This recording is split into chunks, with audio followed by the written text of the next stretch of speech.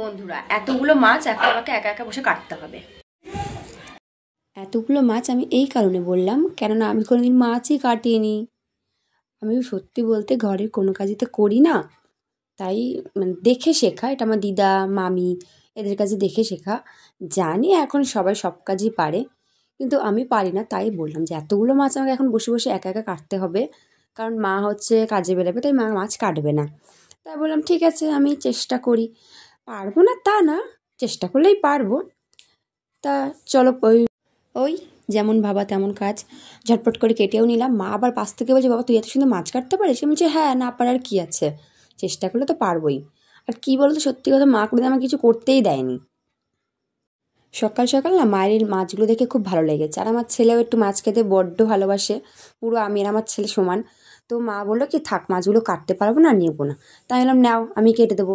তো সেই ভরসায় মা নিল, আমার কথার ভরসায় নিয়ে তারপর কেটে দিলাম। ফটাফট করে কেটে বেছে তা নুন হলুদ মাখিয়ে নিলাম। বেশ মাছগুলো ভালো ছিল, তাজা মানে জ্যান্ত ছিল। তো কেটে কুটে নুন হলুদ মাখিয়ে নিলাম।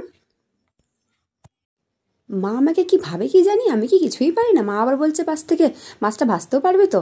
কিছু তো পারি বলো। আর পারতে তো হবে, এক ছেলের মা হয়ে গেছি।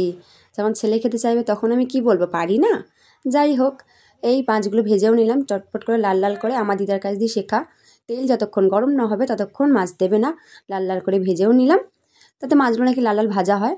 চলো, আমার মাছগুলোও ভাজা হয়ে গেল। ভিডিওটা ভালো লাগে like comment share and subscribe. Okay, tata.